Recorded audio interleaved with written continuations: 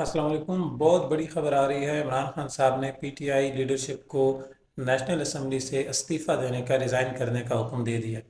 عمران خان صاحب نے اڈیالہ جیل سے یہ حکم دیا ہے، پیغام دیا ہے کہ تمام پی ٹی آئی کے M N As national assembly سے فوراً ود امیڈیٹ افیکٹ جو ہیں استعفیٰ دے دیں۔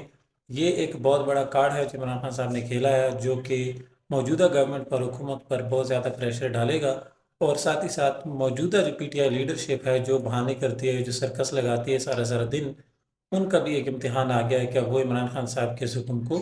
کتنا جو ہے وہ جلدی اور کتنا تیزی سے پورا کرتے ہیں، بغیر کسی ہچکچاہٹ کے، بغیر کسی شور شرابے کے۔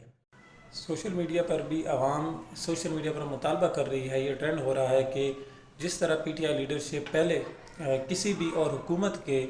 بیان پر یا ان کے کسی مطالبے پر عمل کرتی ہے، اسی طرح عمران خان صاحب کے حکم پر فی الفور عمل کیا جائے اور اپنی جو سیٹس ہیں ان کو چھوڑ دیا جائے۔ یاد رکھیں، یہ لیڈرشپ اگر سیٹس کو چھوڑ دیتی ہے، ایم این ایس